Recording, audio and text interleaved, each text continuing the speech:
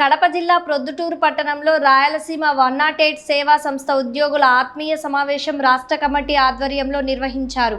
ఈ సందర్భంగా 108 contract union AP రాష్ట్ర అధ్యక్షులు కిరణ్ కుమార్ మాట్లాడుతూ 108 సేవలు సమర్థవంతంగా నడవాలంటే ప్రభుత్వ కంపెనీలు ఉద్యోగుల సమన్వయంతో పనిచేయాల్సిన అవసరం ఉందన్నారు. 108 సేవల ప్రధాన లక్ష్యం ప్రాణాలను కాపాడటమేనని పేర్కొన్నారు. ఈ కార్యక్రమంలో రాయలసీమ 108 సేవా సంస్థ ఉద్యోగులు, యూనియన్ నాయకులు పాల్గొన్నారు.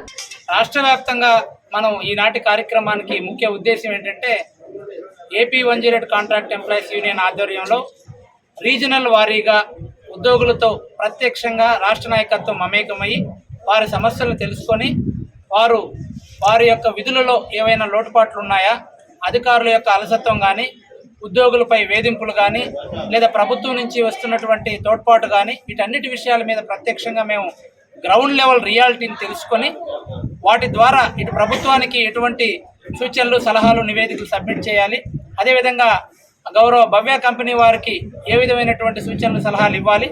వారి ద్వారా ఇదంతా కూడా ఒక మ్యూచువల్ అండర్స్టాండింగ్ ప్రోగ్రామ్. 108 సర్వీస్ అంటే ఏ ఒక్కరూ సక్రమంగా పనిచేస్తే కుదిరే ప్రసక్తి కాదు. గవర్నమెంట్ పని గవర్నమెంట్ చేయాలి, కంపెనీ పని కంపెనీ చేయాలి, అల్టిమేట్గా ఉద్యోగుల పని ఉద్యోగులు చేయాలి. వీళ్ళు ముగ్గురు కూడా కోఆర్డినేషన్తో పనిచేసినప్పుడే లైఫ్ సేవింగ్ అనేది సర్వైవ్ అవుతుంది. ఎందుకంటే ఈ 108 సంస్థ యొక్క లేదా 108 అంబులెన్స్ యొక్క ముఖ్య ఉద్దేశమే లైఫ్ సేవింగ్. మనం ఎన్ని కార్యక్రమాలు చేసినా మనిషి అక్కడ మనం సరైన సమయంలో అత్యవసర ప్రమాదకర పరిస్థితిలో ఉన్న వారికి సర్వీస్ అందలేదనుకోండి, వారికి ఈ సర్వీస్ ఇన్ని కోట్లు ఖర్చు పెట్టి ఈ పథకాన్ని నడిపినందువల్ల ప్రభుత్వానికి కూడా మంచి పేరు రాదు, ప్రజలకి కూడా సర్వీసులు అందకపోవచ్చు. కాబట్టి వీటిలో ఉన్నటువంటి లోపాలు, వీటిలో ఉన్నటువంటి కష్టాలు, వీళ్ళు ఏం కోరుకుంటున్నారు, ఉద్యోగులు సక్రమంగా పనిచేసుకోవాలి అంటే రోజుకి 2 షిఫ్ట్లో పనిచేస్తూ ఉంటారు 108 స్టాఫ్. ఉదయం 8 గంటల నుంచి రాత్రి 8 గంటల వరకు, రాత్రి 8 గంటల నుంచి మళ్ళా తిరిగి ఉదయం 8 గంటల వరకు. ఈ 12 గంటల షిఫ్ట్లో ఉన్నటువంటి ఏమైనా ఇబ్బందులు ఉన్నాయా, లేదు వీరికి జీతభత్యాలు సక్రమంగా వస్తున్నాయా లేదా, దాని మీద ఏదన్నా వీళ్ళకి ఏమైనా క్లారిఫికేషన్స్ ఏమైనా ఉన్నాయా, వీళ్ళకి రావాల్సినటువంటి ఇంక్రిమెంట్లు కానీ, వీళ్ళకి రావాల్సినటువంటి బెనిఫిట్స్ కానీ, ఈఎస్ఐ పిఎఫ్ కానీ, ఇయర్లీ ఇంక్రిమెంట్ కానీ, ఈ ప్రభుత్వం వచ్చిన తర్వాత 4,000 రూపాయలు జీతాన్ని పెంచుతూ ఒక నిర్ణయం తీసుకొని GOMS 49ని రివోక్ చేయడం జరిగింది. దాని మీద వీళ్ళకు ఉన్నటువంటి డౌట్స్ కానీ, వీటన్నిటి విషయాల మీద ఒకసారి ఉద్యోగులతో రీజనల్ వారీగా, అంటే ప్రధానంగా ఇంతకుముందే విశాఖపట్నంలో ఉత్తరాంధ్ర రీజియన్కి సంబంధించినటువంటి ఉమ్మడి 4 జిల్లాల్ని, విశాఖపట్నం, శ్రీకాకుళం, విజయనగరం జిల్లాలను పిలిచి ఆ ఉద్యోగుల యొక్క మనోభావాలు, వాళ్ళ యొక్క పరిస్థితులు ఏంటి, విధుల్లో ఎదురయ్యే సమస్యలు ఏంటి, వాటన్నిటిని కూడా తెలుసుకున్నాం. అందులో భాగంగా రాయలసీమ జిల్లాలైనటువంటి ఉమ్మడి 4 జిల్లాలు, అనంతపురం జిల్లా, కర్నూలు జిల్లా, కడప జిల్లా, చిత్తూరు జిల్లా, ఈ 4 జిల్లాలని బైఫర్గేషన్ అయిన తర్వాత 8 జిల్లాలుగా మారాయి. ఈ 8 జిల్లాలందరినీ కూడా డ్యూటీలో లేని ఉద్యోగులందరినీ ఇక్కడికి పిలిపించి వారి వద్ద ఉన్నటువంటి ఫీడ్బ్యాక్ అంతా తీసుకొని వారికి ఏదైనా సమస్యలు ఉన్నాయో అన్ని విషయాల మీద కూలంకషంగా చర్చ జరిపి తీర్మానాలు చేసుకొని ఈ వేదిక మీద నుంచి ఇటు ప్రభుత్వానికి కానీ, కంపెనీకి కానీ ఒక నివేదికని సబ్మిట్ చేయబోతా ఉన్నాం. రాష్ట్ర కేంద్రం నుంచి వచ్చినటువంటి 5 మందిని కూడా. మరియు ఈ భవ్య కంపెనీ వచ్చిన తర్వాత మేము ఒక స్ట్రైక్ నోటీస్ కూడా ఇవ్వడం జరిగింది. ఆ స్ట్రైక్ నోటీసు ఎందుకు ఇచ్చామనంటే గతంలో ఉన్నటువంటి బెనిఫిట్స్ని ఇక్కడ లేవు అని చెప్పారు. వాస్తవంగా లీవ్స్ కానీ, సిఎల్స్ కానీ, ఈఎల్స్ కానీ, ఒక ఎంప్లాయీ చనిపోతే ఇన్సూరెన్స్ కానీ, ఎటువంటి న్యాచురల్ ఇన్సూరెన్స్ కానీ, న్యాచురల్ డెత్ ఇన్సూరెన్స్ కానీ, యాక్సిడెంటల్ డెత్ ఇన్సూరెన్స్ కానీ, ఎందుకంటే 24 అవర్స్ మేము ఈ విధుల్లోనే ఉంటాం. ఉదయం 8 గంటలకు డ్యూటీకి రావాలంటే ఒక ఉద్యోగి ఉదయం 5 గంటలకల్లా వారి గృహం నుంచి బయలుదేరి రావాల్సి ఉంటుంది. అంటే తన బిడ్డలను చూసుకునే పరిస్థితి కూడా ఉండేటటువంటి పరిస్థితులు ఉండవు. ఎందుకంటే సెలవులు అంటూ ఉండవు, మాకు పండగలు అంటూ ఉండవు. ఇటువంటి కష్టతరమైనటువంటి పరిస్థితుల్లో మేము విధులు నిర్వహిస్తున్నటువంటి సందర్భంలో మాకు ఎదురయ్యేటటువంటి సమస్యలు ఇవన్నీ ఓవర్కమ్ చేస్తేనే అల్టిమేట్గా అక్కడ లైఫ్ సేవింగ్ సక్సెస్ఫుల్గా చేసిన వాళ్ళం అవుతాం.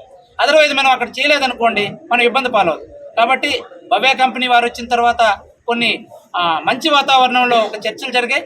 ఆ చర్చల్లో వచ్చినటువంటి నిర్ణయాలన్నింటినీ కూడా వీరికి తెలియపరచడం, వాళ్ళు ఏదైతే ఒప్పుకున్నారో మనం చార్టర్డ్ ఆఫ్ డిమాండ్స్ 18 డిమాండ్లతో మనం నోటీస్ ఇవ్వడం జరిగింది. ఆ డిమాండ్స్లో మనకు వచ్చినటువంటి ప్రోగ్రెస్ ఏంటి, ఇచ్చినటువంటి హామీని గ్రౌండ్ లెవెల్లో అమలవుతుందా లేదా, అంటే జిల్లా స్థాయిలో ఆపరేషనల్ ఎగ్జిక్యూటివ్స్ కానీ, ఆర్ఎంస్ కానీ, డిఎంస్ కానీ వీళ్ళు కరెక్ట్గా పనిచేస్తున్నారా, ఉద్యోగులతో కలిసిమెలిసి సంస్థని ముందుకు తీసుకెళ్తా ఉన్నారా, తద్వారా ప్రభుత్వానికి ఏమైనా గ్రీవెన్సెస్ ఉన్నాయా, లేదా బెనిఫిషియరీ నుంచి అంటే ఎవరైతే క్షతగాత్రులు ఉంటారో వారికి ఏమైనా ఇబ్బందులు ఉన్నాయి. ఎందుకంటే ఈ ప్రభుత్వం వచ్చిన తర్వాత, ఈ కంపెనీ వచ్చిన తర్వాత రెస్పాన్స్ టైంను కూడా చాలా వరకు తగ్గించగలం. అంటే సుమారు ఒక కాలర్ ఫోన్ చేసి మాకు అంబులెన్స్ కావాలని చెప్పినప్పటి నుంచి తిరిగి పేషెంట్ని హాస్పిటల్లో అడ్మిట్ చేసేంత వరకు కూడా 18 నిమిషాలని, అంటే 20 నిమిషాల్లో నుంచి 18 నిమిషాలకు తగ్గించడం జరిగింది. ఇది ఒక గ్రేట్ అచీవ్మెంట్ ఈ 108 సర్వీస్లో. ఈ గ్రేట్ అచీవ్మెంట్ అంతా, దీని యొక్క క్రెడిట్ అంతా కూడా గ్రౌండ్ లెవెల్లో పనిచేస్తున్నటువంటి ఈఎంటీ పైలట్లదే. ఈ 108 సర్వీస్లో 2 క్యాడర్స్ మాత్రమే ఉంటాయి, emergency medical technician, pilot, driver. కాబట్టి అన్ని ఓవరాల్గా ప్రతి విషయాన్ని కూడా కూలంకషంగా చర్చించుకొని వారి ద్వారా వచ్చేటటువంటి సలహాలు, సూచనలు తీసుకొని ప్రభుత్వానికి నివేదించడం కోసం మాత్రమే ఈ కార్యక్రమాన్ని ఏర్పాటు చేశాం.